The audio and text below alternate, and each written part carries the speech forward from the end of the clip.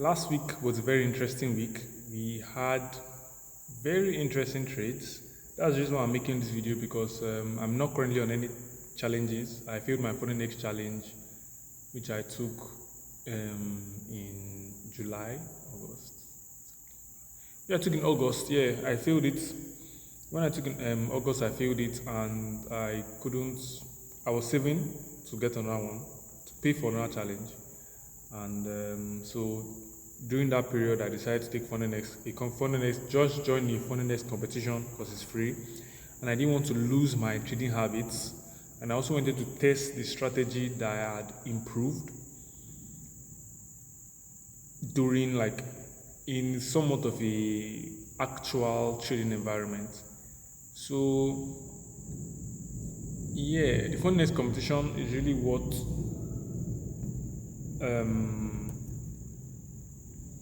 it's currently 4.25 up. This is very good. This is actually the highest return I've made since I've started trading profitably. Most of the time it's 4, 3.5, 4, 3.53. I'm very conservative, and I was too conservative. That's actually the lesson I learned from my back testing. I was too conservative. I should allow myself to experience the upside, because if I don't experience the upside, when the downtimes come, it will wipe me out. I think it was Bill Gurley that said that the best way to survive the worst times is to make sure you get as much money as possible in the best times, so that when the downtimes come, you have enough in your coffers to last you for a very long time. So 4.25% is 3,950. Apparently, that was I made a prediction, or at least an estimation, before I started this competition. I assumed that I think 50,000 people took this particular competition. I assumed that what's it called? At least only like 1,000 of them will be above break even, and that's not the case. That's not the case. I'm 4% up, and I'm practically the 4,000th person. This is the leaderboard. There's a lot of Nigerians in this list too. There's a lot of Nigerians in the list. That's strange. That's really good. It's not really strange. I don't know. It's just surprising. 1, 2, 3, 4. 4 out of top 10. Nicely done. Nicely done. Nicely done. All right. So, where was I? Yeah. So yes, I was not allowing myself to take advantage of the upside. So when the downtimes came, which is practically this year has been terrible for me throughout. I've not had any profitable month. This is the first profitable month I'm having, and it's on a competition that it's not giving me any substantial gain. So yeah, let me now talk about the results of the backtesting I did and the trades we took that gave us this 4.25%. Funny enough, this profit was made from just 2 trades, and one of the trades gave me a 3.5% return. That's a 1 to 6. Is it 1 to 6? 1 to 5? 1 to 5? Yeah. The 1 to 5 RR. 0.75 to 3.5. Yeah. 0.75 RR. 0.75 RR, which is our peak was 1 to 8 RR. Risk to reward 1 to 8. My initial stop loss was 25 pips, and this thing gave me, I closed the trade at a 120 something pip. My original SL was 25 pip, yeah. Our peak, this trade was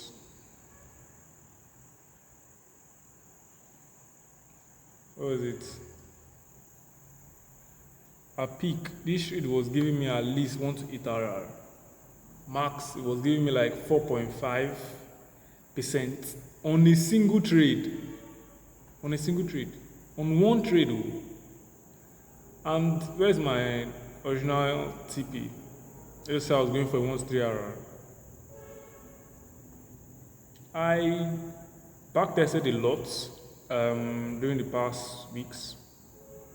I checked the profitability of, or at least the profitability of not having a take profit, the upside and the downside, and I concluded that if I removed my take profit, I would allow myself to actually stay for the rallies that will occur after a accumulation or distribution.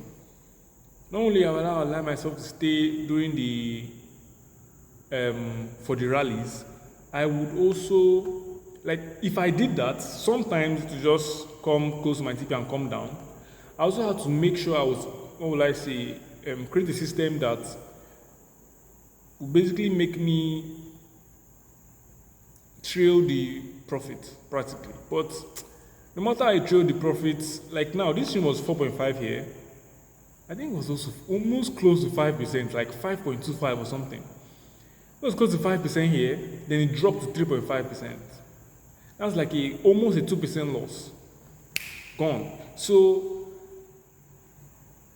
that's the downside of a flexible profit system. It's floating.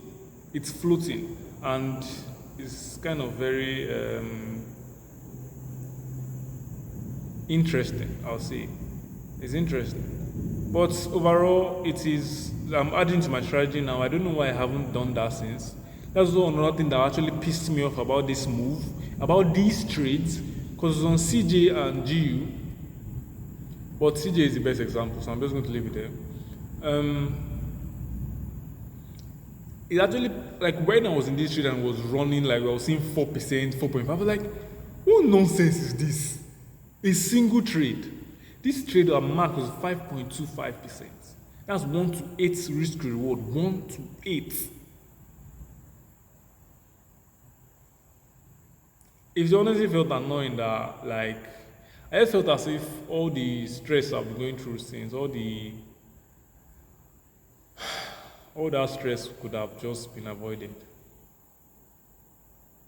Could have been avoided because, but I feel like I had to go through what I had to go through, honestly. I feel like this is the reason, or at least this is one advantage that going for courses and joining trading groups or things like that will help, because there are people that have your strategy, they are not teaching it to you.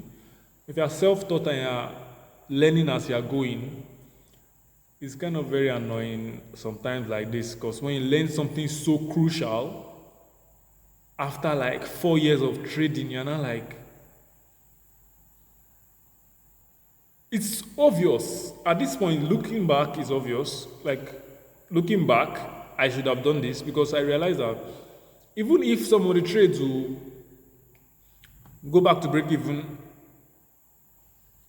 some trades go back to break even, some of them will not rally. Even if the rally will not go very far, we'll be cutting some of our trades at 1 to 1 RR, break even 1 to 2 RR. But overall, some of the trades will get to 1 to 5 RR, 1 to 8 RR, and those trades will cover up for the trades that did not meet, or at least the trades back to break even or close at a small profit. So overall, this is profitable. It is more profitable than having a take profit. But the key here is you need to be able to be diligent, practically, in raising your stops. I mean, my first stop was here. Once price broke above this level, I raised the stop to this level. Once price kept going, I didn't really move it. I didn't move it again. Then after I started stalling here, I raised the stop here. After I started stalling at this point, I raised the stop to this level. After I broke beyond the level, I raised the stop to this level here. After I kept going up, I raised the stop to this level, more or less. I was kind of cautious at this point because I had more or less gotten the profit I came for. Then after this candle, I just brought it to the low to lock in 1 to 5 RR, because there was a high chance that this volatility will not sustain, will not be sustained, and even if it's not sustained, I'll be well compensated. So I feel like once it's past 1 to 5, just raise your SL to like 1 to 4.5, 1 to 4.25, because at that point you've gained more or less enough that the trade is meaningful at that point. Anything else? So because of this rule, which I got from backtesting, Zoe actually helped me to make these two good trades, EJ and CJ, EJ and GU, GPUSD. But GU zone was a bit less, what will I say, valuable, I guess. Produced less profit. This was a close one for a 1 to 1 RR. Yeah, about a 1 to 1 RR. 40 pips, 30 pips. Yeah, around the 1 to 1 RR was not very good. It was stalling here for a very long time. So after it went close below this level, I raised my stop here. No, I raised my stop to break even first. Then it was struggling. At this point, I just raised the stop to this level. It took a while for me to raise stop this level because it was just here most of the time. Then after this struggling, I just this 1, 2, 3, 4 schematic here. I knew that I don't know what's going to happen.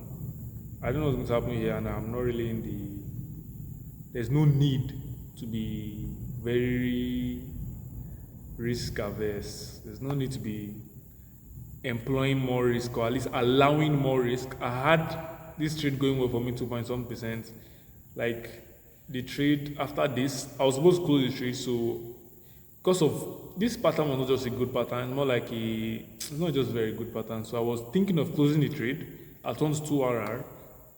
So I just decided to raise my stops here, and we got stopped out by this candle actually. We got stopped out by this candle, then at the end of the day, it kept going back to the downside without going back to SL or break even. But this trade now we close at 1.5. This trade we close at 1 to 1.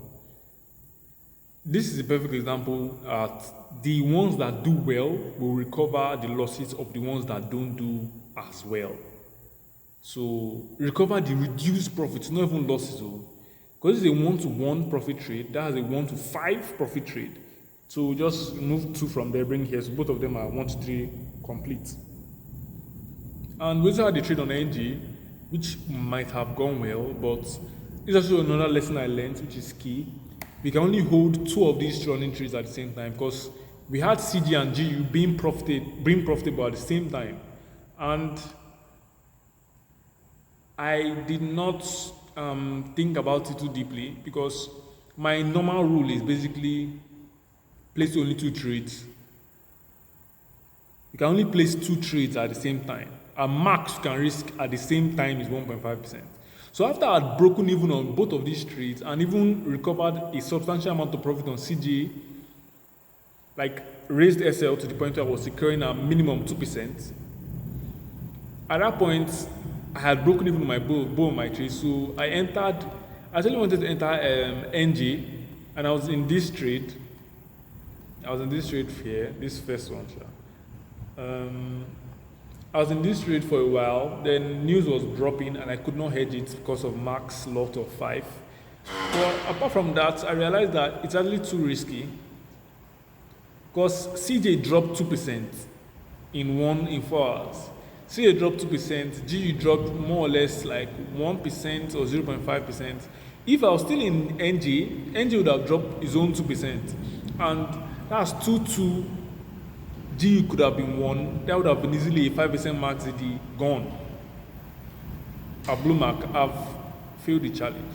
So I don't think it would be sensible for me to hold more than 3 running trades, because due to the fact that the take profit is not there, price can like in one candle just like go like cover like 1% or 2% in one candle, just go 2%. Next candle crash that same 2% across 3 pairs. That's 2% gone, boom, game over. So Due to the fact that the upside is not capped, it also brings its own risks. So that's why I don't think I should over expose myself. It's not really over risk because I have no risk. It's a free position, at least on the trades that are profitable and have raised stops beyond the break-even point. So I was thinking that I could enter extra trades due to the fact that my first two trades are practically solved. Both of them are above break-even. I'm not having any risk on that side. I should just enter NG because, I'm practically jobless. All I'm doing is managing the trades and raising the stop, which is actually a lot more attention necessary than I thought. So NJ, we entered it at some point to close it at a 0.4% loss because we realized that part of the reason why we closed it was we didn't want to hedge it. We couldn't even hedge it over the weekend because of the rules that made me not even pass the challenge as well. Because you can only place a maximum of 5 positions in the rules for the Funding Next stuff. And we had one position open on CJ, one position open on GU, and to hedge these positions, you need to place the same lot size in the opposite direction. So for CJ, this was a buy. We had to place the same lot size as a sell to hedge this position, and same thing for GU. But for we wanted to do for NG, but we only enter 5. So that means we had to close one trade because we couldn't hedge all 3. Because to hedge all 3, we have to place 6. Like 6 trades will now be running. So I only had CG and GU and left and closed NU at a 0.4% loss. And I don't regret it because it also revealed to me the fact that I'll be overexposed. I'll actually be overexposed if I had NG open. There will be a possibility for me to just get killed, like 5% max DD. It will be shocking, but it will happen. It will be shocking, like, oh my God. I'll be shocked. Because no TP, there is nothing that is stopping the market from going 2% up or 4% up and crashing down 4% down. And equity, max DD are gone. Max DD are gone. So it's not sensible to do. So basically the lessons from last week and the lessons from my backtesting that I did and the effects the backtesting had on my trading for September. The effects the backtesting has had has, what would I say, brought me out of the ruts. I've become a lot more objective. I've removed that subjectivity. I think one of my videos in the past, I increased subjectivity due to the fact that objectivity, this subjectivity thing I've been often and on since I'm sticking to my objectivity. I'll systematize and templateize the strategy, like it to be a template, 1, 2, 3, buy, 1, 2, 3, sell. I realize that this is better for me because when it fails, I can now create a new one. No matter, it take me time, but I'll be able to recreate a new one. Instead of me subjectively trying to read price action, I read price action more or less in terms of avoiding losses. I think I've talked about it before. So I'm going to just stay clean subjectivity. It's nothing like, I'm not going to use my subjectivity and my understanding of price action to enter trades. I'm only going to use them to avoid losses, which I did wonderfully on EJ. I did wonderfully on EJ here. It was this trade. It was a wonderful dodge. This trade was qualified. Is a, what's it called? The breakdown. First candle, second candle, third candle. It's not looking very good, but it's qualified. It's a qualified trade. But the way it looked, the low range, the fact that the second and third candle didn't make any lower lows, and the fact that it's in an uptrend, it wasn't really looking very convincing. It's in an uptrend, but like the trend is also trying, the uptrend is almost dead, but it was not looking very convincing. So I decided to wait for the fourth candle. I think I wrote that here. Yeah, wait for the fourth. Let's wait for the fourth candle, and the fourth candle kind of went back inside the border, and at this point I knew that it's not making lower lows. There's a good chance the bears are not really here. It's a joke. This these two Maribosus, they failed to follow through on their initial strength, and the uptrend is still an uptrend, so it's not advisable. It's generally not advisable. So I managed to dodge this loss like a boss, just proper. This is the use of subjectivity, the use of judgment to avoid trades, not enter them, which is a key thing that we need to finalize. It's not. We need to finalize it. Anything else? Yeah, I think that's all. Yeah, sayonara.